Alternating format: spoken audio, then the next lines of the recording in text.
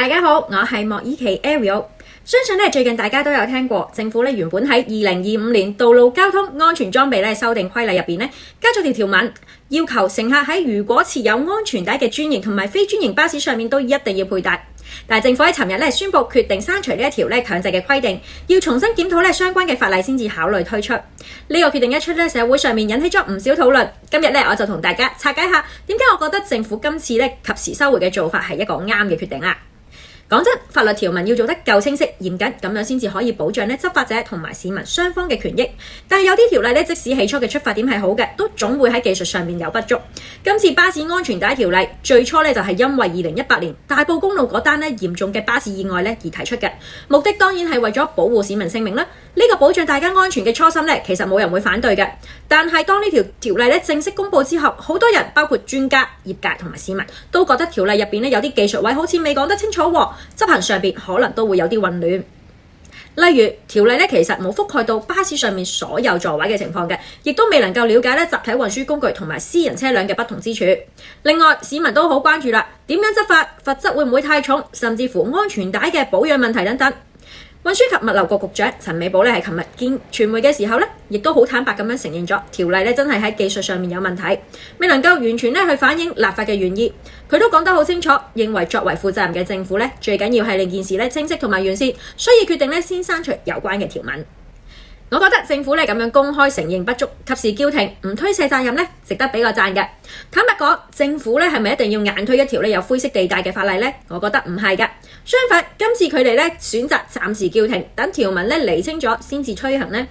種做法好顯示咗政府負責任嘅態度，唔懼怕面對問題。今次政府暫緩條例嘅決定，其實係回應民意嘅一個好例子。條例一推出，社會上面好多人已經係提出咗唔同意見。我自己喺社區都聽到，亦都協助反映咗唔同嘅聲音，包括罰則會唔會太重，例如最高罰款5000蚊同埋監禁3個月，安全帶嘅舒適度、保養情況，甚至乎係執法人員點樣去執法、點樣去搜證，都係大家關心緊嘅問題。市民同埋業界嘅質疑都可以話好全面㗎。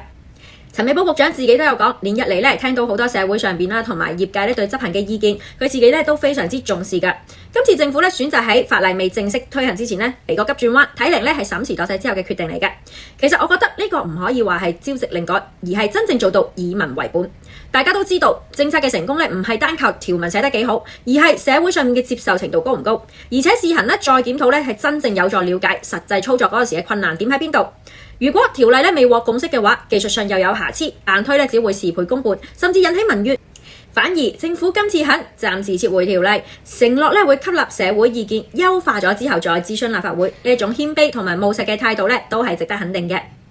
但係暫緩條例唔等於唔重視安全啦。巴士安全又或者係整體道路嘅安全係我哋唔可以妥協嘅重點。我認為政府嘅推行都有必然嘅好處嘅，就係硬性規定咗營運商安裝足夠嘅安全設備，呢個係正確嘅，令到大家可以自行選擇係咪進一步去保護自己，而唔係好似以前咁樣冇得揀。政府最後決定唔硬性執法改為選擇加強對市民嘅教育推動呢個市民自覺佩戴安全帶習慣其實係一個好明智嘅抉擇。人身安全當然政府有責任，但係市民自己都有責任保護自己下。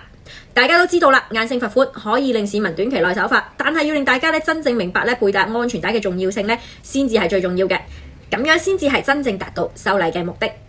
總括嚟講，特區政府今次選擇果斷去刪除有爭議嘅條文係一個有則改之、無則加勉嘅好例子。呢個舉動向市民傳遞咗一個好清晰嘅信號，政府係一個願意聆聽、敢於修正，並且係將我哋市民利益放喺首位嘅政府。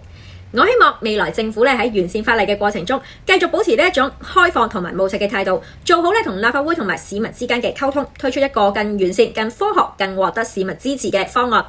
好啦，今日就講到呢度，我哋下次再見啦，拜拜。